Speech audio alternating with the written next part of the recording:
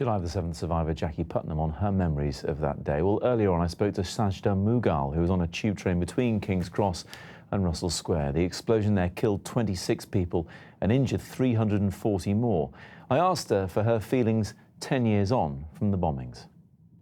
It's very emotional. Today is exactly 10 years since July the 7th, 2005, and it's a very emotional day for me.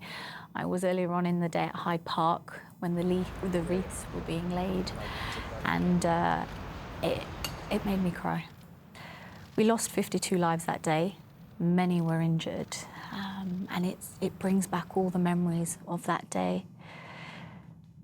I can remember 7/7 like it was yesterday.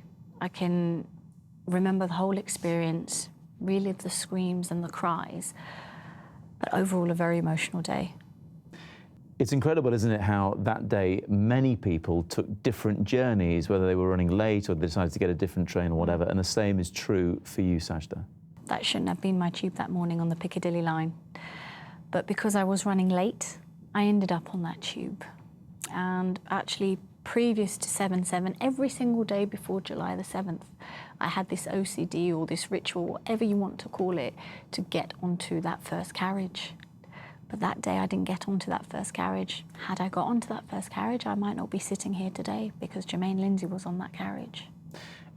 And it changed everything for you, not in the most obvious ways that people will think of, but because you're a Muslim woman yourself, you didn't go back to your job in the City of London. You decided to embark on a path that would stop people doing this kind of thing in the future. So tell me about how that came about.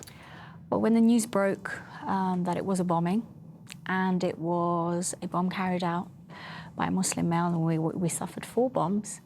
Firstly, I couldn't digest that London had suffered a bomb and on the underground system, and that it had been carried out by Muslim males. Being a Muslim myself, I know clearly Islam condemns this. It clearly states in the Quran, to take one innocent life is as if you have taken the whole of humanity and mankind. And so I turned my back on what I was doing in the city to work at the grassroots, specifically with Muslim mothers, whereby I now, through our Web Guardians programme at Jan Trust, which is a multi-award-winning women's charity, work with Muslim mothers, taking them on a journey, giving them the ability to go online, exposing them to the issue of online radicalisation and equipping them with a counter-narrative so they can channel their child's grievances in a positive way. And it's the world's only programme equipping Muslim mothers to tackle the issue of online radicalisation. Of course, what happened that day was deeply tragic. It affected so many people, not just the relatives of those who lost their lives, but the number of people injured.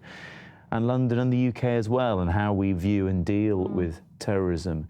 Do you think the way you've approached it, and obviously gone through what is an incredibly difficult time, but the way you've approached it shows that some good can come out of these situations? Oh yes. Even though I went through a very tragic experience, and we, as Londoners and as British people, lost 52 lives, and many more were injured, I've managed to take my tragic experience and do something good. And hence why, from our Web Guardians programme, we've had some Muslim mothers come back to us to say, thank you for protecting my child. And I've managed to stop them going to Syria, or I've managed to stop them joining a band group. And we've had mothers also say, thank you for safeguarding our children. Please go out there and save more. Sajda, many thanks indeed for coming in to talk about your experiences. Thank you. The July the 7th bombings being remembered 10 years on. Other news now.